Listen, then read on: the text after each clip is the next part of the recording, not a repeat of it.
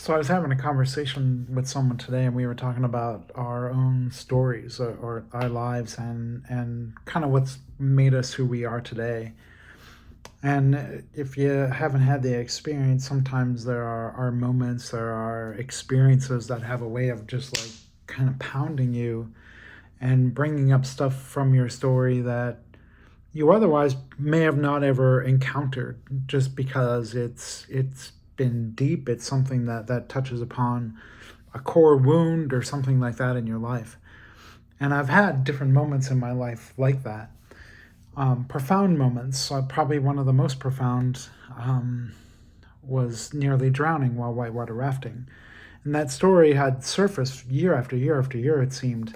Like I couldn't quite move beyond this element of my story, where I could talk freely about it, where I could talk about the experience, because what I was telling myself, and it was that happened just several months prior to being ordained a priest.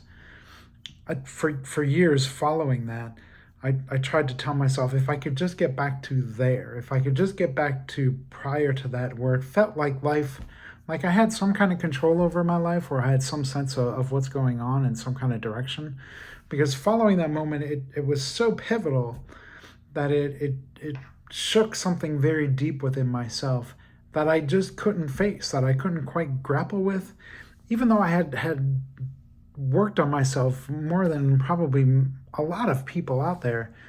Yet this one story, this one experience of nearly drowning, somehow had a way of just taking hold of my life. And I've gone back to that story a number of times. I've gone back to that place. I've been whitewater rafting since. Took me years before I could do that.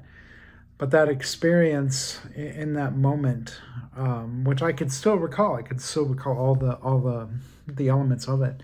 Cloudy day, you could see the trees. The hurricane had just come through not long before, so the river was high. It was October, mid-October, and what had happened was I got knocked out, got hit by the person's oar in front of me, and landed underneath the raft. And if you've ever gone before, they tell you everything that you should do, that you could possibly encounter while you're out there, except that.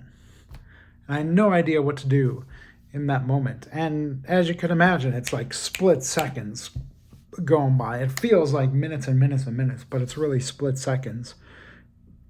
And all I remember is that experience on I did have the experience where it felt like my life was flashing before me very quickly, and then blacking out.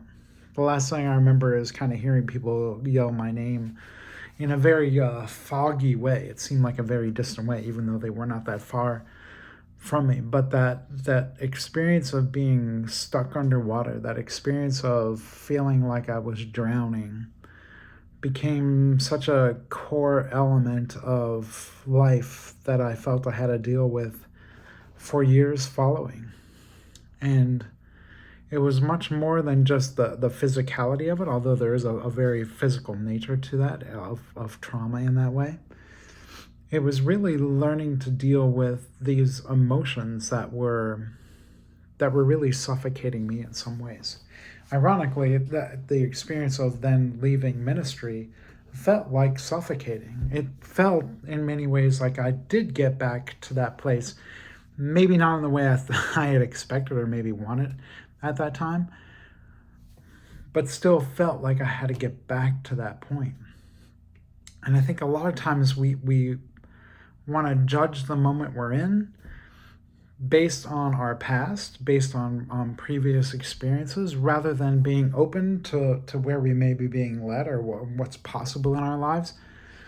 That it just kind of gathers up this fear where we might start to feel like we're drowning in that fear as well, just as it was for me. And so we end up making choices that keep us settling in life for something less than what we really want. And I think that was the experience for me for so many years. But it was that moment of suffocating, feeling like I was drowning underneath that raft.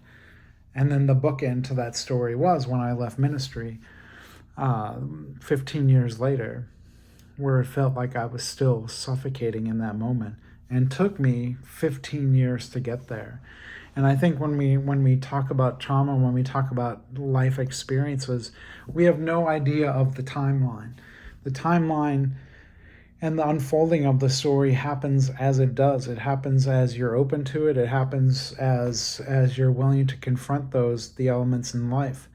And it's often other experiences, like when I left ministry or had to move back home, or any of these experiences that kind of push it even harder. Like they help to accelerate that process in ways that we may not have been able to do on our own. I think we often have to apply the heat, and we're not going to apply the heat ourselves. We often need therapists, coaches, other people in our lives that could help apply the heat to help us really go where we're afraid to go in our own story.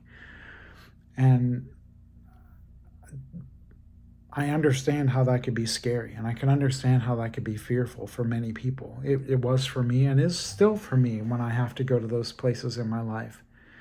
And yet what I've learned is it's so easy to separate those things, to try to ignore that these are parts of ourselves that never happened when it did. And it's helped to make us into the person we are today, for good and for ill. And sometimes we do choose to settle because of that. But if we could step back from those experiences, we begin to identify the larger myth of our own lives, of what is possible and how we're connected with the rest of humanity, with the rest of creation. And for me, it has always been about how do you keep bringing the pieces together like you do a puzzle. It's so easy to separate, and we see that so often in our world, where we try to, it's so much about distinguishing I'm this and I'm not this, when in reality we're often a combination of all of it.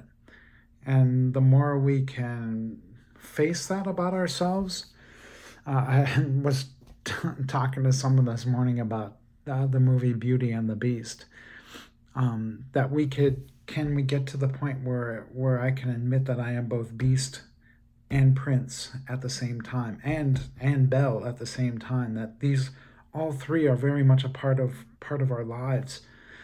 And when we find ways to kind of bring all those pieces together, it could really begin to transform our lives. It can really begin to transform our stories, because it begins to create context in a different way. We all know, like when we're going through something, it's often hard to see the bigger picture. It's often hard to see how this fits into the larger story of our lives, because we become consumed by that pain. We become consumed by what feels like, in the case of that movie, the lack of love. And yet, if we can open the door and begin to pull these pieces together, to recognize that they're not separate from one another, but very much a part of who each one of us is, that's where the transformation, that's where the magic, that's where the realness of our lives can begin to unfold and take shape. And so, what's your story? What's the story? I mean, it's kind of the question is very simple. It's the crux of work we do as coaches. It was certainly the crux of work I did as a priest, even as a teacher. What's the story?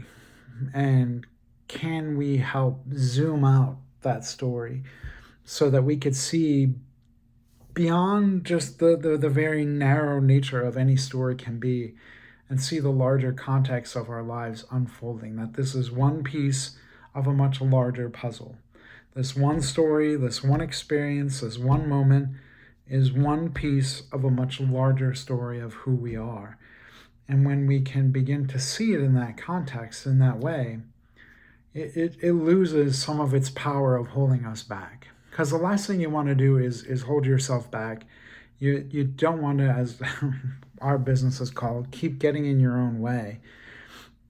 But the more you can see the largeness of your own life, the largeness of that story, and just this little piece isn't the identity of who you are fully, change happens, transformation happens, life happens. And that's the magic we all want. It's the magic of our lives that we want to be able to share and to contribute and impact the world that we live in.